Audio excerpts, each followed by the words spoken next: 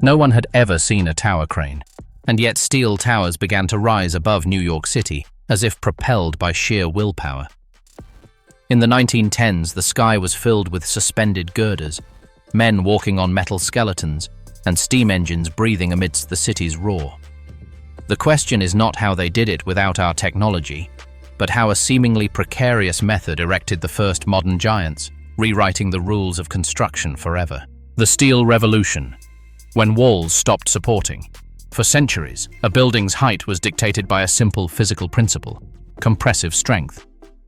The available materials, stone and brick, could only be stacked up to a certain point.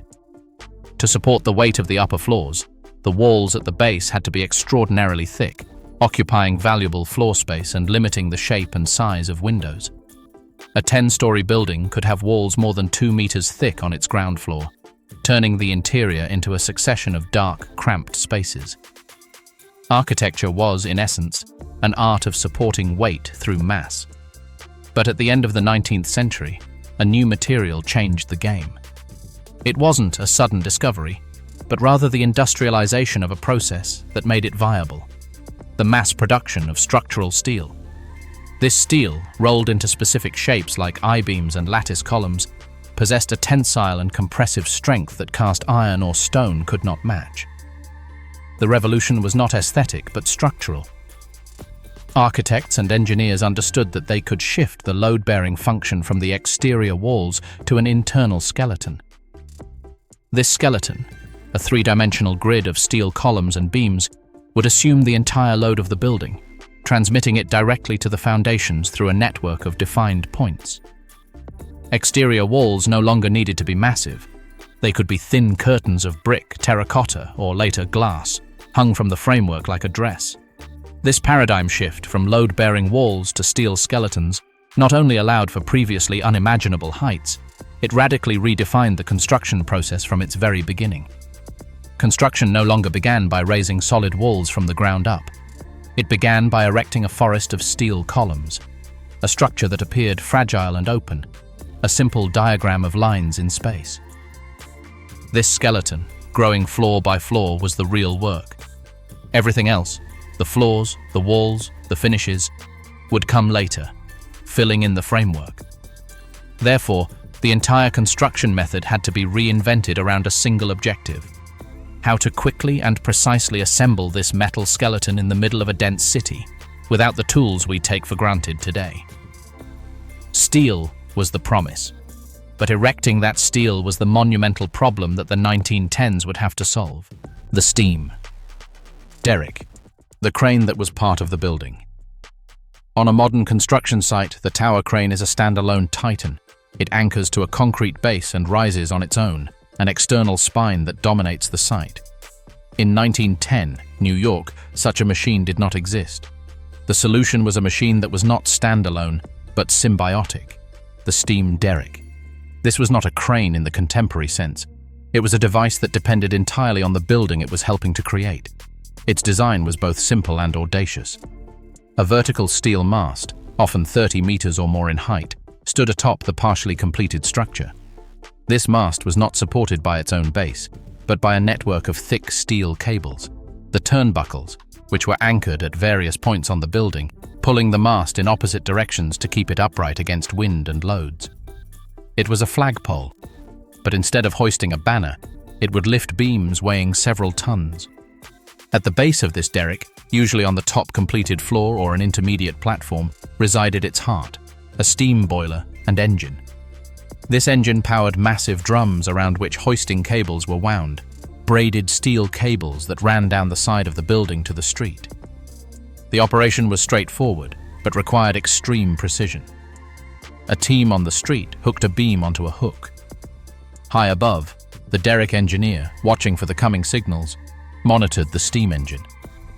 A valve opened, steam entered the cylinder, the drum rotated, and the cable tightened, pulling the beam from the truck or cart that had brought it. The derrick then began its wobbly ascent, swinging like a giant pendulum as it rose up the side of the growing skyscraper, passing in front of the windows of the already completed floors, navigating cornices and scaffolding. But the derrick had an inherent limitation. Its working height was fixed. As the building grew beyond the reach of the mast, the machine itself had to be raised.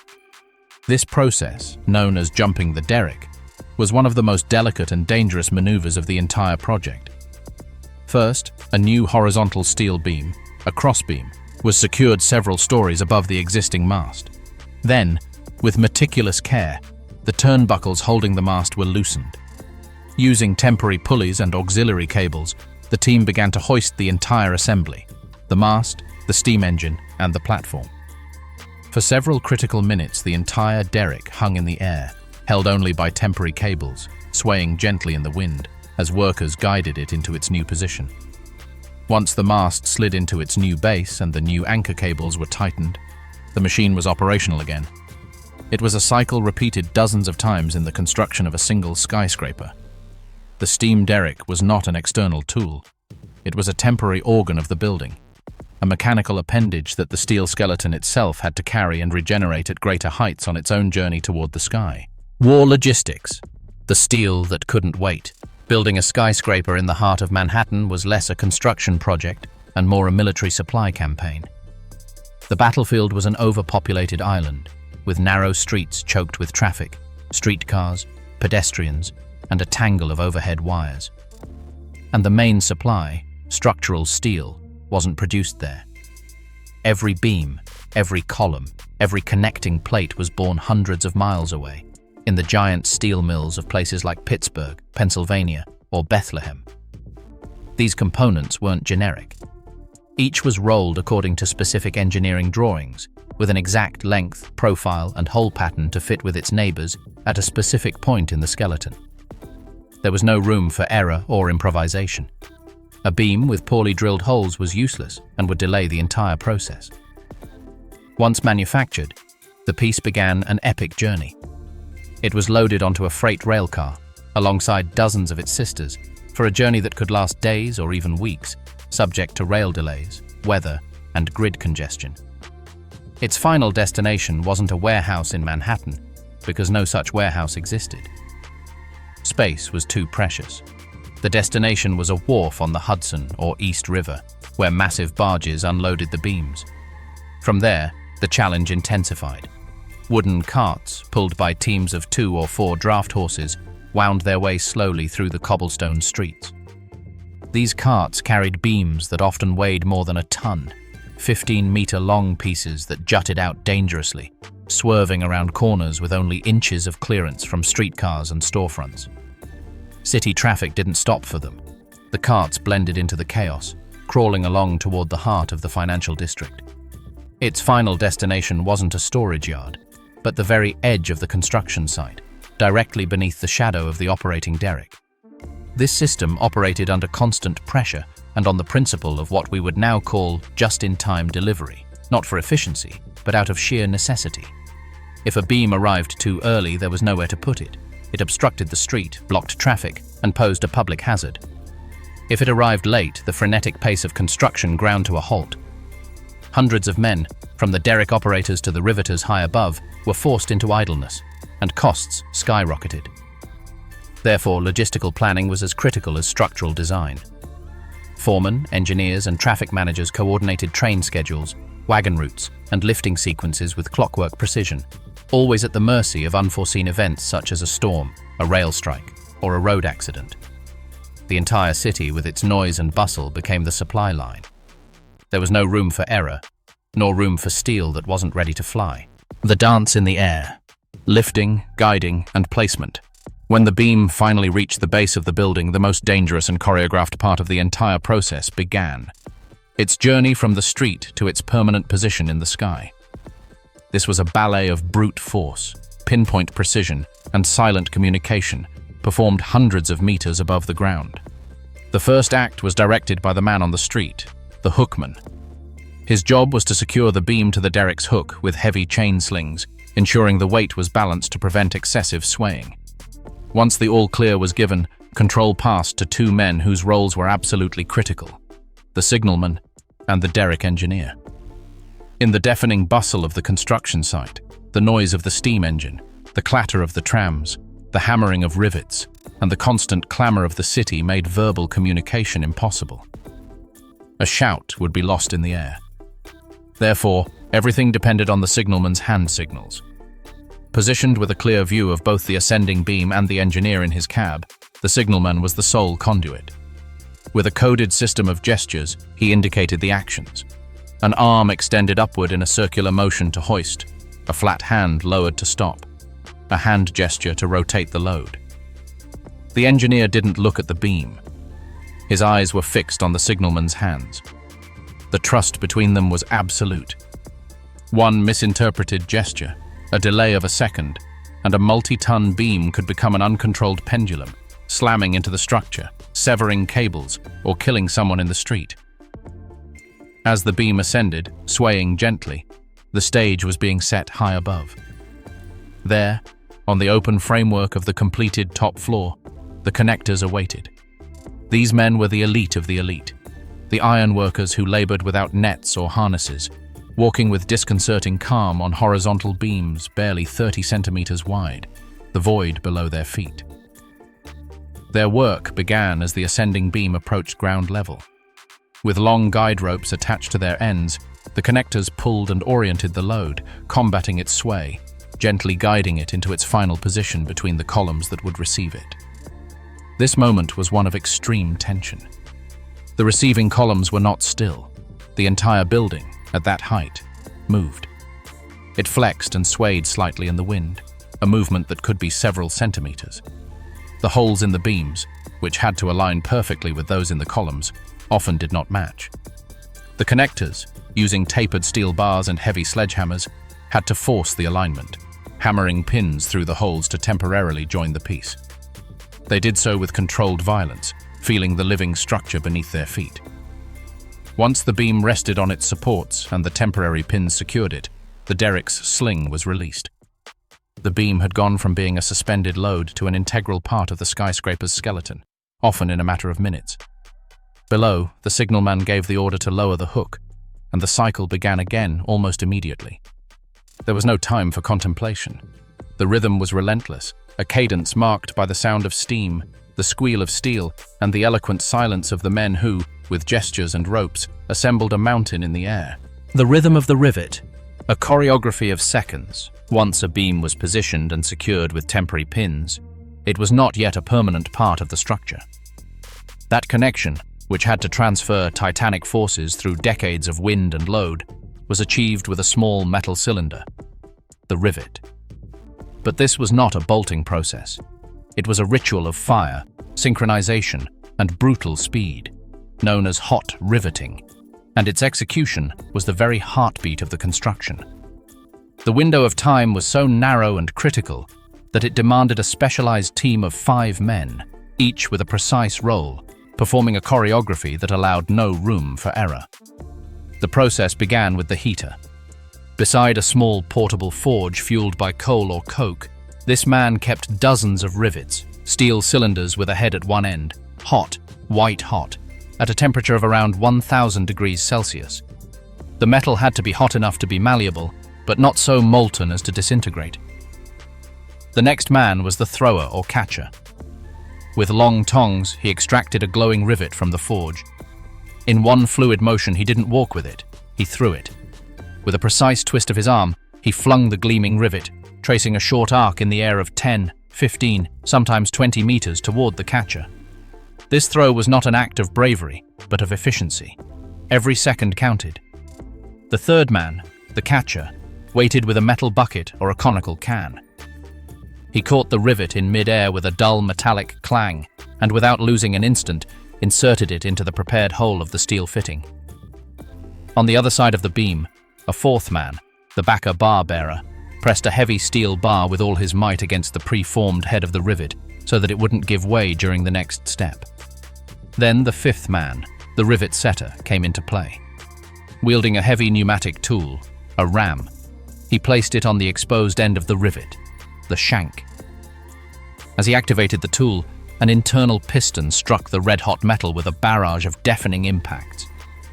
In a matter of 3 or 4 seconds, that end deformed and expanded, forming a second head that completely filled the hole and clamped the steel plates together with immense force.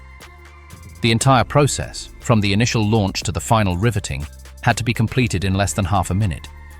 If the rivet cooled below a certain point, it became too hard to work with and had to be drilled out, a costly failure in terms of time. That's why the launcher's accuracy was legendary. A bad throw, a rivet falling into the void, meant losing an entire cycle. The sound of this process became the soundtrack of the construction site. It wasn't the single blow of a hammer, but a rapid metallic trill, a clatter-clatter that echoed through the steel skeleton and could be heard several blocks away. Each repetition of that sound meant another connection made, one more step toward the building's completion. On a good day, a team could place hundreds, even more than 1,000 rivets. This dance of heat and metal was what truly welded the city to the sky, transforming a collection of individual beams into a single resilient organism. The geometry of force, aligning a moving puzzle. Before the riveting team could begin their work, the steel pieces had to be physically aligned. And this was perhaps the most frustrating and physically demanding challenge of the entire assembly process.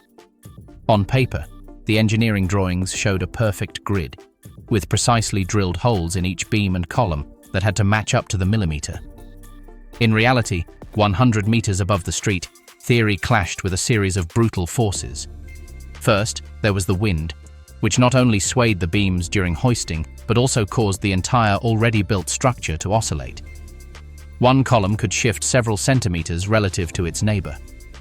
Second, there were the imperfections inherent in manufacturing and transport. A slight twist in a beam, a slightly misaligned hole, a chipped edge. Third, the weight of the new components themselves could slightly flex the existing structure. The result was that frequently when a beam was placed on its supports, the holes in its connecting plates didn't align with those in the column. There could be a difference of 1, 2, or even 5 centimeters. You couldn't simply force the beam in with the derrick. It would break. The solution was a seemingly primitive but extraordinarily effective tool, the tapered alignment bar, or drift pin. It was a long, heavy steel bar, with one end sharpened into a cone and the other flared to receive blows from a sledgehammer. When the connectors encountered resistance, one of them inserted the tapered point into the misaligned holes. Another, or sometimes several, struck the back end of the bar with sledgehammers weighing up to 10 kilograms. The force of the blows, transmitted through the cone, expanded and slightly displaced the metal, forcing the holes to overlap until they matched perfectly. The sound of these taps, a sharp, resonant thud, was distinct from the sound of riveting and traveled down through the framework like a message of progress. Once the bar was fully through the connection, it was left in place as a temporary pin. Sometimes, in particularly complex connections, large temporary bolts were used to maintain alignment while the riveting was prepared. The required precision was absolute. An alignment error on a lower floor wasn't just a local problem. It would be transmitted and amplified upwards. If a column wasn't perfectly vertical or a beam wasn't perfectly level, every subsequent piece that connected to it inherited that deviation. At a certain height, the accumulated error could be catastrophic, preventing the upper components from fitting together at all. That's why the teams of connectors and aligners were the most experienced and respected. Their work wasn't just about brute force, but about geometric understanding and a keen sense of touch. They knew how to read the tension in the metal, how to feel how much they could force a connection before risking damage, and they understood how the entire building behaved as a flexible system.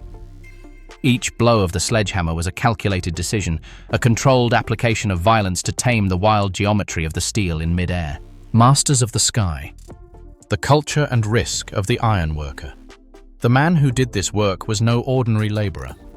He was an ironworker, a trade that transformed into a distinct caste, a brotherhood with its own code, its rituals, and a unique relationship with risk. There was no formal training path. Knowledge was passed down from veteran to novice, from father to son, in a brutal, hands-on learning system. The first requirement, even before strength, was balance.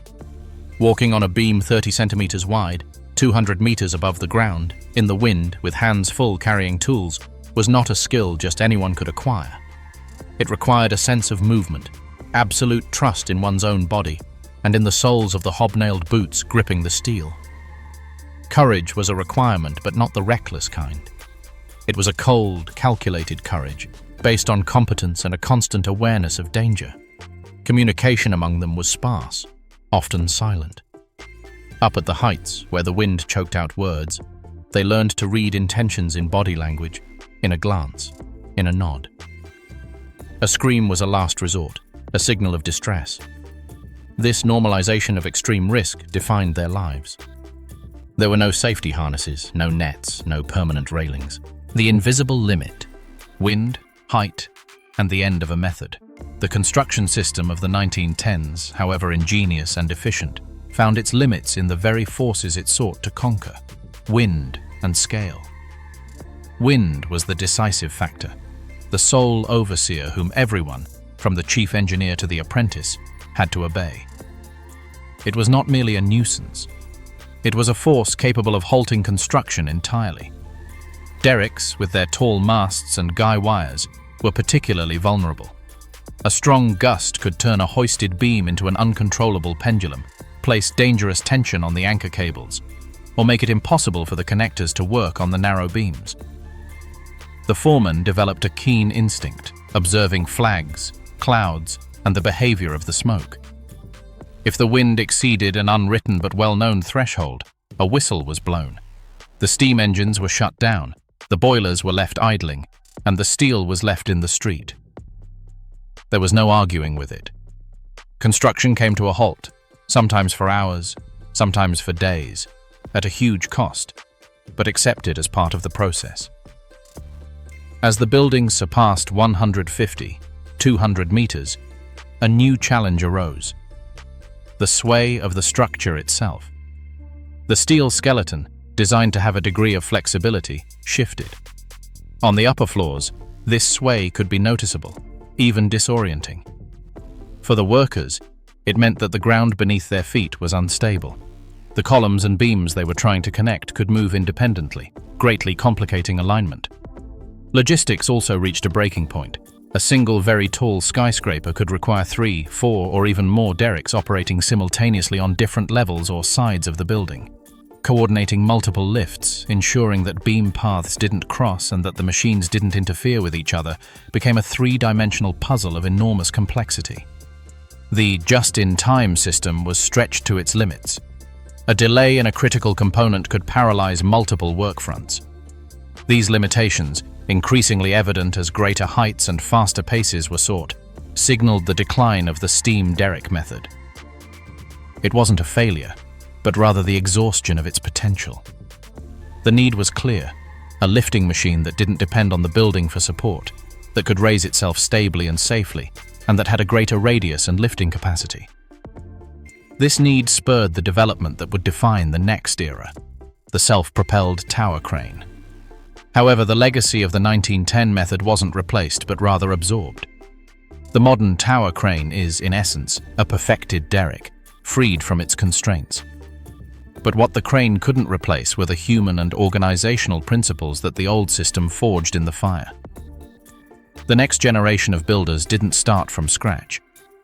He drew upon a deep understanding of how steel behaves in the air, how a team of men must move at heights, and how to organize the flow of materials in the heart of a vibrant city. Skyscrapers without modern cranes were not an engineering dead end. They were the brutal, practical academy, where the first and most crucial lessons in mastering the sky were learned.